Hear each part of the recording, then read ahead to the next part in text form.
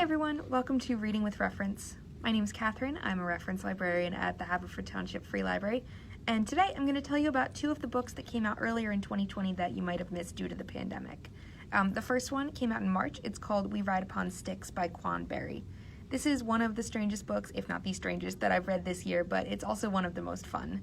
Plus, it's packed full of 80s nostalgia and pop culture, so if you grew up around then, this one will be extra fun for you. It's set in 1989 in the town of Danvers, Massachusetts, formerly Salem Village in the late 17th century. The town has always kind of defined itself by the infamous Salem witch trials, but it's also not a place that's stuck in time. By 89, it's just another small American town in the 80s. But now, at the end of the summer, the girls of the Danvers High School field hockey team are at field hockey camp with the rest of the high school teams in the area, and they are truly awful. By midsummer, they haven't scored a single point in a single game. But it all changes when their intense French-Canadian goalie starts something a little witchy herself, and suddenly she couldn't seem to let a goal in if she tried. Is it because of the pact she signed in her Emilio Estevez notebook? Maybe, but either way, the rest of the girls decide, one by one, that they can't risk not signing their names too. Soon, they're the best team at camp, all thanks to Emilio and the weird strip of blue tube sock they tie around their biceps to solidify the pact. Once they're back at school, the team is riding high and looking for what else they can do with their newfound power, and they'll stop at nothing to get what they want. I truly can't think of a better way to describe this book than delightfully weird. I laughed out loud multiple times while reading it.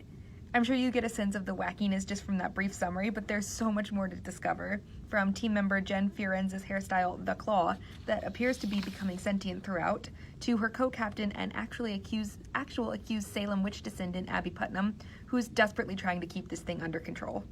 If you're looking for something fun to read as the summer wraps up, definitely check out We Ride Upon Sticks by Quan. And the next one that I want to tell you about is a mystery that came out in January. It's called The Tenant by Katrine Engberg. I've always known that there's this whole subgenre of books out there called Scandi Noir, which are dark, mysterious thrillers set in places like Iceland, Denmark, Norway, and Sweden. But this was my first actual encounter with it, and it left me super excited to check out more in the genre. This is also the first in a series, following the detectives introduced here, Jeppe Korner and Annette Werner. The second one comes out early next year, so I'll be eagerly awaiting that one as well.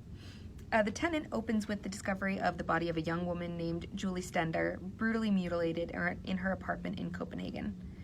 Kerner and Werner are called in to investigate, and they find themselves faced with all kinds of potential suspects just from Julie's neighbors living in the apartment building alone. But maybe the most interesting suspect of them all is Julie's landlady, Esther.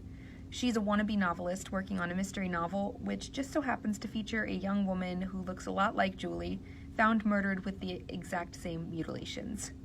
I don't read a ton of mysteries, so I'm not great at guessing whodunit when I do, but this one felt especially twisty and hard to follow in the best way possible. By the end, I was truly surprised by the reveal, which I think is really satisfying in a mystery. Whether or not you're a seasoned armchair detective or mystery enthusiast, I think you'll really enjoy this one. And again, that's The Tenant by Katrine Engberg. Thanks so much for watching, everyone. I hope you have found something great to read for this weekend. Thanks so much again. Take care. Bye.